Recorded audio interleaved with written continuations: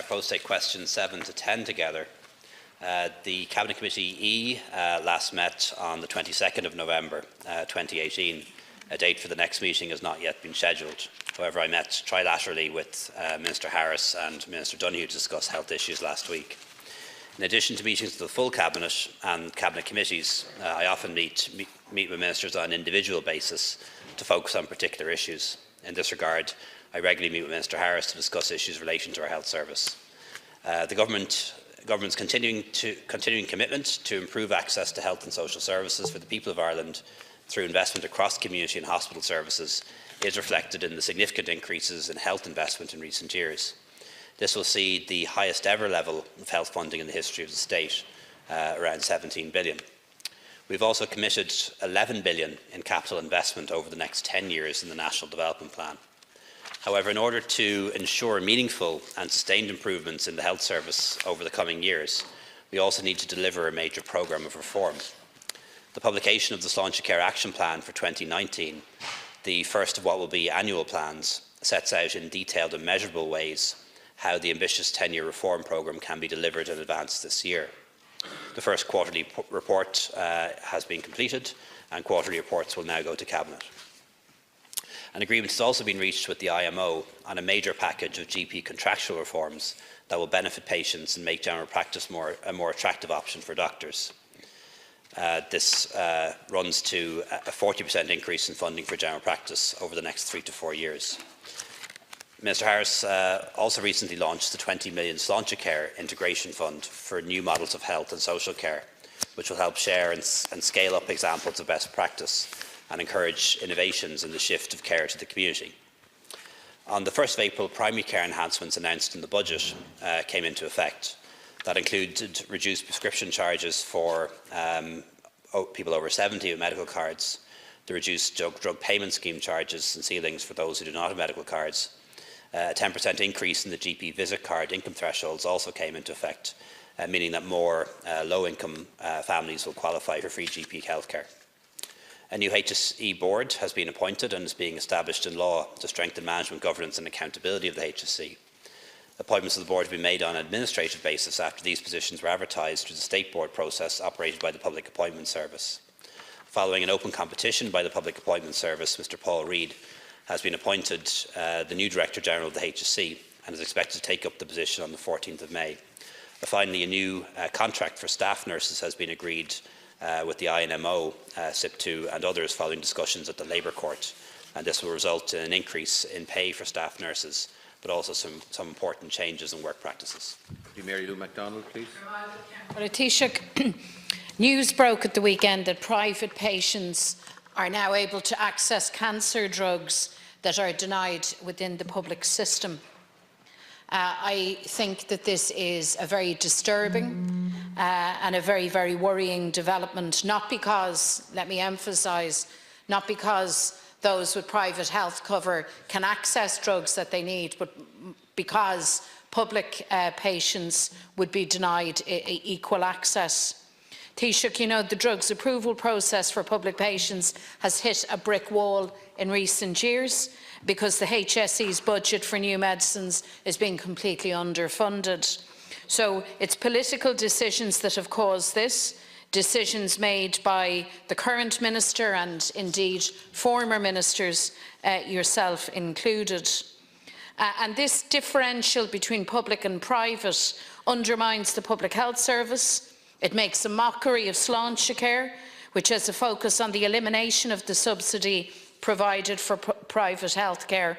We all know that the public health system is crumbling under mismanagement on the watch of Minister Simon Harris, and we now see that the public-private divide in the health services is growing. Indeed, the unfairness in terms of access to cancer drugs echoes the recent revelation that women in the public system are being left to wait for the results of smear tests for up to 33 weeks, while those who can pay get their result back in 3 weeks. Let me emphasise again, this is not to grudge in any way any woman within the private system her result within 3 weeks. It's simply to highlight the gross inequality, unfairness of a disparity between 3 weeks and 33 weeks for any woman waiting for the result of a smear test. So this is unacceptable, Taoiseach.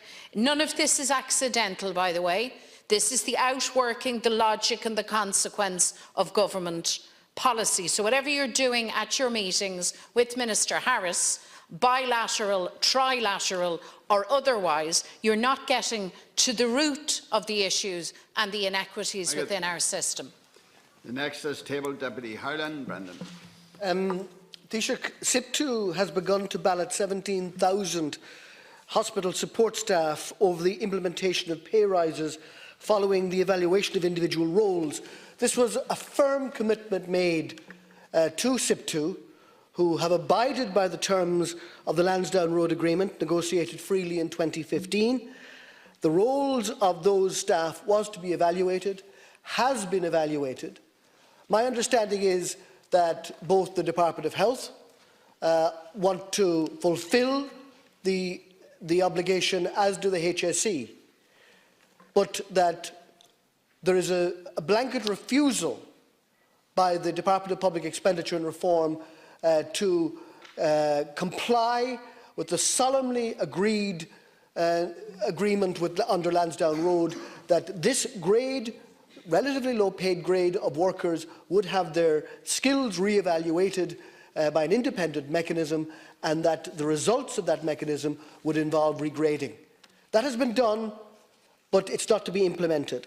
It would be a disastrous decision to allow all these ancillary support grades to go on strike for want of the government side complying with their freely entered into agreement. So my very straightforward and direct question to you, Taoiseach, will you ensure that solemn agreements like Lansdowne Road, which were really important in maintaining public services through crises, are completely supported by government and implemented to the letter of the agreement, as they have been by the SIP2 workers in this regard?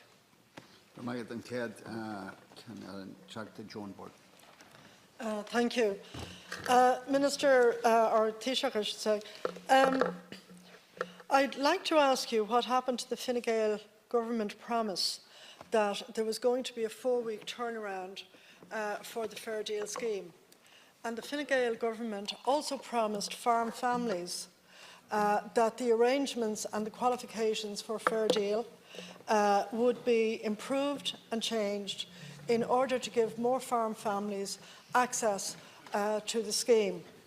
Now, what is happening at the moment is that while demand for the scheme has gone up quite significantly, equally the 4 Deal turnaround that was promised for the scheme and indicated seems to have vanished. And we also have heard nothing more about Fine Gael's promised improvements to the Fair Deal scheme for farm families. A lot of families are in very serious distress when one of their relatives, older people usually, is in need of a nursing home bed. And in fact, as you know yourself, people can't leave major hospitals until they get such a bed if their condition is very serious. So I want to ask you, in your bilateral and your trilateral and quadruple meetings, or whatever they are, with your ministers, but not of the whole Cabinet Committee or the civil servants who briefed that committee, did you discuss your government's promise to farm families? Did you discuss what's happening to the Fair Deal scheme? And do you appreciate that the Fair Deal scheme is likely to run out of money? I know you're saying you've plenty of money, it's not a problem. If it's not a problem, why can't your government deal with the issue? Micheál Martin. Last week it was confirmed that the final cost of the Children's Hospital will be dramatically higher than was predicted or evaluated, and that a governance failure is at the heart of the increased costs, and that government did, well, so that's what the PwC report said. The entire report. Go back to the recommendations. It does say that in the recommendations. Oversight. Red flags missed, fragmentation, lack of coordination, and so on.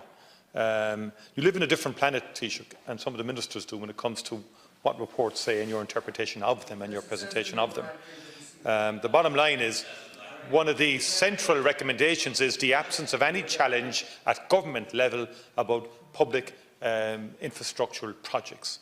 That's what it says in the final recommendation. A lack of challenge. No one questioning why about anything about the project, because you were too politically invested. The bottom line was, you know, and I must say this, you're saying it had nothing to do with you, it had nothing to do with the Minister for Health. That's the government line. Taoiseach, you will remember that the government reviewed the work of the Hospitals Development Board last August and decided to reappoint the entire board.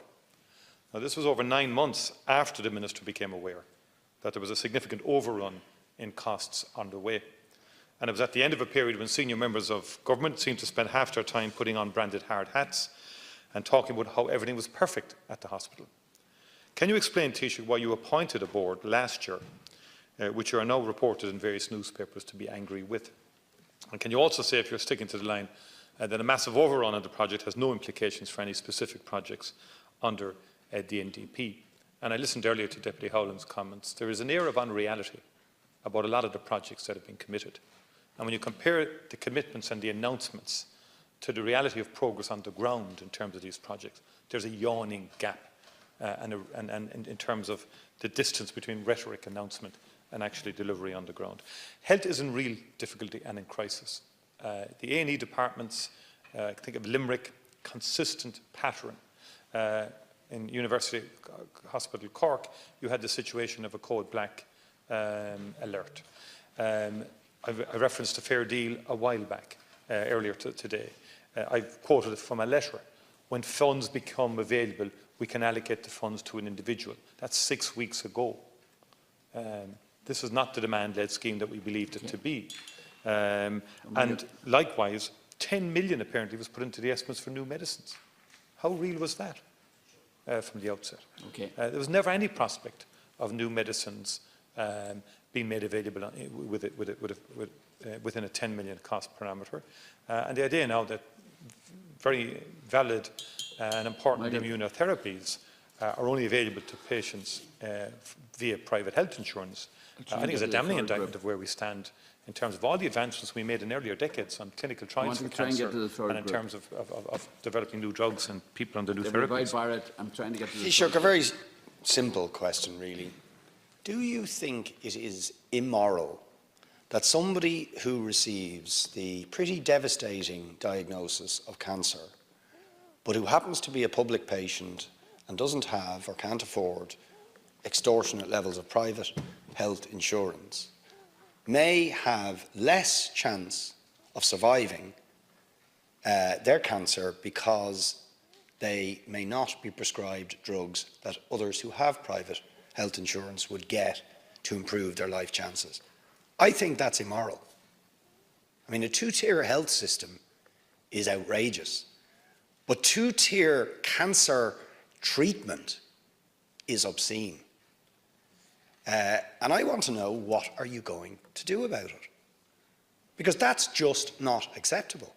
And what Professor John Crown, when he expressed his disgust about how he is going to have to give different levels of treatment, which have consequences for people's chance of life and survival, it's just shocking. So do you accept it's immoral? Do you share the sense of shock? And what are you going to do about it to ensure that people who receive a diagnosis of cancer have an equal chance of survival and equal treatment? Taoiseach. Thank you very much, that's Ceann Corla. Well, first of all, I think it's important to point out again that so far this year, 23 new molecules, 23 new medicines have been approved for reimbursement. I don't know how many weeks have passed this year so far. I think it's maybe 15 or 16, but that's more than one new medicine a week being approved by the HSE, approved for reimbursement by the HSE. So I don't know what the suggestion that we've hit some sort of brick wall. 23 new medicines this year so far, and it's only the middle of April, is quite a lot, and that's approved for reimbursement. Spending on medicines in Ireland by our public health service is not low. It's average to high. So we already spend a lot of money on medicines in the Irish Public Health Service, and there is certainly scope for savings, whether it's better prescribing, whether it's greater use of generics. There are lots of ways in which savings can be made from our medicines bill, and any of those savings are retained in the medicines budget and can be used to approve new medicines. I understand from what's been in the media over the weekend that one of the private insurers, VHI, has agreed to fund some new medicines for cancer patients, but this only applies to VHI patients in private hospitals. It doesn't apply to patients in public hospitals. So public hospitals, whether patients are insured or not, will continue to have access to medicines on the same basis. What happens in private hospitals is not under our control. Hitherto, private insurers had waited until the HSE had made a decision on whether or not a medicine should be reimbursed, and were no more willing than the HSE to fund medicines judged to be cost ineffective. But this is a change. We do need to examine it, the implications, and see what can be done. I understand the other private insurers have indicated that they don't intend to follow suit. Deputy Howlin asked about the industrial relations dispute relating to support staff in our hospitals, and I understand engagement is taking place with unions with a view to coming to a resolution and avoiding any unnecessary strike action. On the fair deal, in relation to farm families, and it doesn't just apply to farm families, it applies to business owners as well, and government policy is to limit to 3 years the number of years for which somebody makes a contribution against their assets, that being a farm or a business. And Minister Daly is currently working on this. It requires primary legislation to change it. And the current target is that we'll have heads of the bill next month. But targets have been missed on a number of occasions on that matter. So I wouldn't want to stand over that, or may not be able to stand over that. The budget for Fair Deal is its highest ever. It's increased by 20 million to 980 million this year.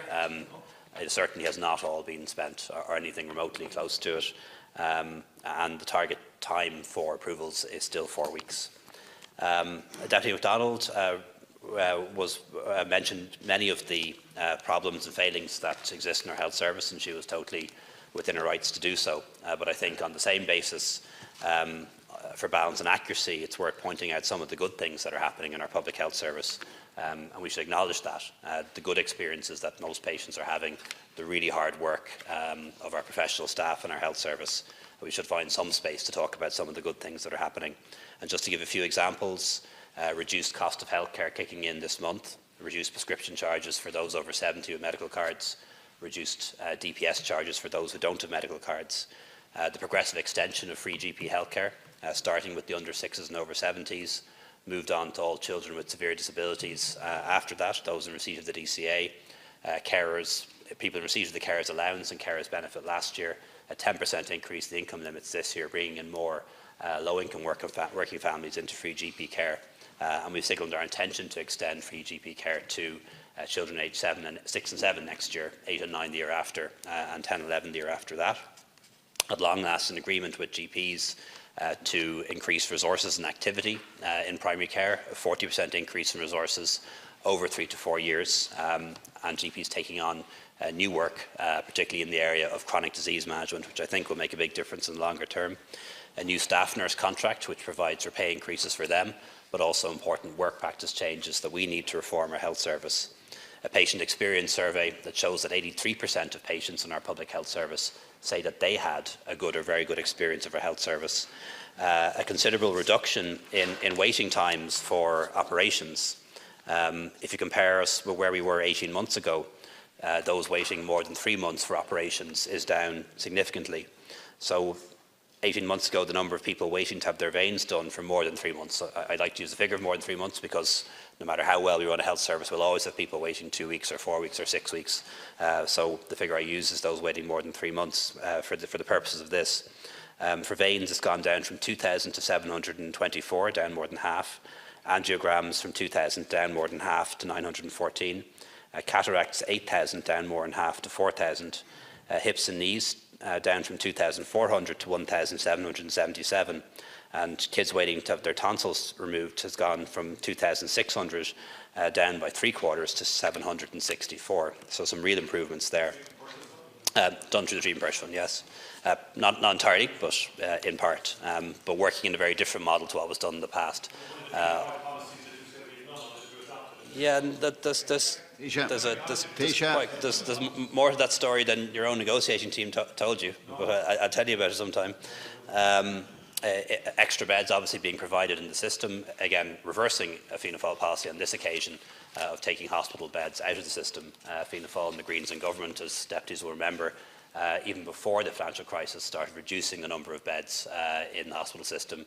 We've been reversing that for the last couple of years, and that is making a difference in terms of overcrowding. Yes, we did have some very bad figures 2 or 3 weeks ago. Yeah, we're going to, Taoiseach. It's 5 minutes. We have to take a decision now, Taoiseach, if you're almost ready.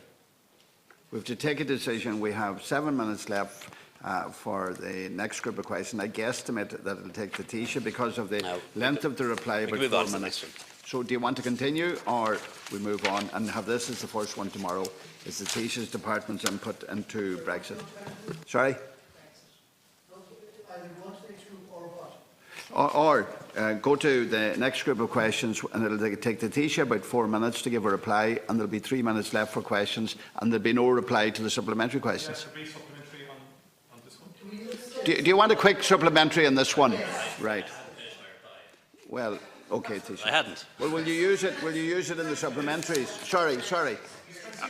I'll give 30 seconds. Sorry, deputies. It does take longer to answer questions than ask them, in fairness. I'll give 30 seconds to each who table the questions. So 30 seconds, Deputy McDonald, to table a supplementary to these questions. Taoiseach, you talked about cost effectiveness of drugs. You cited the fact that there is a procedure to establish the efficacy of any medicine and its economic value. But I would ask you to address the issue of that disparity between public and private cancer patients, and whether you can justify the fact that a person, because their pockets aren't as deep, will not receive the same care, and their life, their health, their life accordingly jeopardised. Deputy Howlin, 30 seconds. I'm trying to get my head around the actual attitude of the Taoiseach, whether he is completely oblivious to the real crisis in our health systems. I spent a chunk of yesterday in Wexford General Hospital just talking to staff, people who had been evaluated, for example, who expect the deals that they do with government, when they stuck with those deals through the hard times, to be delivered upon. I mean, giving praise to people, saying everybody's doing a great job, that's well and good. But when you shake hands and do a deal with people, when they actually stuck with government through the hard times, it really is important that we deliver on deals that are struck. So I want you to, in terms of my very straightforward question on the support staff in hospitals, will you tell me now that the deal struck with SIP2 under Lansdowne Road will be delivered this year as promised? The next, who tabled Deputy Joan Burton, 30 seconds. You said that Minister Daly was working on the legislation required to implement your government's promise to farm families on the fair deal. Can you tell us, has a memorandum gone to Cabinet yet in relation to the legislation? Can you tell us how long it's going to take to finalise the legislation? And can you tell us when the legislation will arrive in the Dáil and the Seanad so farm families can get a better treatment for relatives who urgently need a nursing home place, and they can get the fair deal that you promised, and you've now broken the promise, and families are so upset over it? Deputy Micheál Martin, 30 seconds. Taoiseach, the outpatient waiting list, my understanding that there's over 100,000 people waiting over 18 months for an outpatient appointment. And when you were Minister for Health yourself, you had a target that would be zero by June of 2015. It's gone up 800% since Minister Harris came into office in 2016. Can you indicate why this is so and what the government's plans are to tackle that? Because it remains the case that the Treatment Purchase Fund has been the one vehicle that has been somewhat effective in reducing inpatient waiting lists, though not all, and it's been slow to get off the ground. That was because it's in the confidence and supply, and in the last budget we asked for an increase to go into the Treatment Purchase Fund to allocate funding to patients. And Home, could you undertake to go back and get me officially the timeline for receipt of fair deal from an applicant once the applicant is approved? I have a case here now that's 6 weeks. Other deputies are telling me that's similar to their own experiences in terms of applicants. I'd appreciate if someone could clarify that for us, and why that delay, that timeline is getting longer for recipients of people who are approved under the fair deal scheme. 30 seconds. You didn't answer my question, and it was a simple and specific question. Do you think it is immoral that somebody who receives a cancer diagnosis will get a different level of treatment and access to potentially life-saving drugs depending on whether they can afford or not afford particular private health insurance plans? To me, that's medical apartheid. It's as simple as that.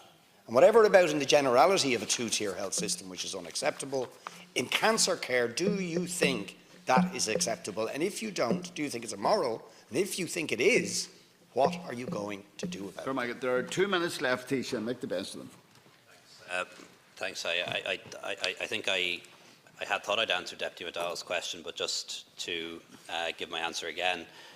In public hospitals, patients will receive the same medicines.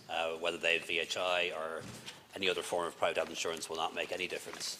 In public hospitals, patients will continue to receive the same medicines. What happens in private hospitals is not under our control. I don't wish to pronounce on morality. I don't feel myself qualified to pronounce on morality. But in terms of what I think would be right and good and proper, would be for us to continue to do what we had done up until now, which was private insurers taking their lead from the National Centre for Pharmacoeconomics. And if the National Centre for Pharmacoeconomics judged based on clinical criteria and objective criteria that a medicine was not cost effective, that neither the state would make an initial decision to fund it and the private insurers would follow suit. And that's the way it was previously. We'll enter into a very difficult situation if private insurers are deciding on an arbitrary basis or a commercial basis which medicine should or should not be approved. Whatever we do, it should be done on an objective basis, based on clinical evidence, based on a fair price. Not insurers just deciding unilaterally which medicines should be approved, which should be reimbursed. My apologies, reimbursed, are not. Taoiseach, without interruption. Taoiseach, without interruption. Taoiseach, please. The Taoiseach without interruption. We must afford the Taoiseach the same opportunity. Taoiseach. My apologies. On this occasion, I mean the term reimbursed. In relation to Deputy Howlin's question on support staff, the government will of course honour its agreements, but there may be different interpretations as to what the agreement says and how it's to be implemented, but we will of course honour agreements made with staff. Deputy Burton asked about memos. My best recollection is there was a memo last July, but I may be incorrect on that. But the Minister Daly is now working on the heads of the bill. Says to me that those heads will be ready to go to Cabinet in May. But given previous missed deadlines, I don't know if I can stand over that. Once the heads go to Cabinet, then obviously legislation is published, and then we're in the hands of the House. A lot of legislation has been held up in this House and the other House by the opposition, unfortunately. Deputy Martin asked about outpatient waiting times, and I acknowledge that they're very bad, and they're very long, and they're getting worse. You mentioned my time in as Health Minister, and I might recall during your time as Health Minister, you didn't publish the outpatient waiting lists. They were kept secret and weren't published, so the public wouldn't know how long they were. We've obviously adopted a different approach, being much more transparent about these things. In terms of what can be done about it, and that's the most important thing, is obviously additional clinic capacity. Deputies, please. It's changing the ratios. they always talk over you when you're talking about the solutions. They're not interested in them. Taoiseach, without interruption. That's my experience anyway. In terms of the solutions to outpatient waiting times, obviously there are a number. There's issues around appropriate referrals, making sure that referrals that happen are appropriate. There's issues around capacity and providing additional capacity in clinics. There's also issues around ratios, making sure that there's an adequate number of slots for new patients rather than having patients returning more frequently than is medically necessary. There's a big issue around validation, and there's a big validation programme underway at the moment. Nearly 500,000 people don't turn up for their outpatient appointment. More people than are waiting more than 3 months don't turn up, and that's a huge problem. It's not as simple as saying the slots are there and they're not filled, but there's clearly a big problem there in huge numbers of people not turning up for appointments. And I don't think they're to blame for that. There must be a systemic issue there. And there's obviously investment in primary care. And I believe investment in primary care, although it won't happen quickly, the increase of 40% in funding for general practice will make a difference, although it'll take some time to see that. I'll check up on the issue of waiting times for fair deal. I'm not aware of any significant deterioration in the last few weeks, but a few members have raised it, so I'll endeavour to check it out. Right, that concludes, and just to remind the House that the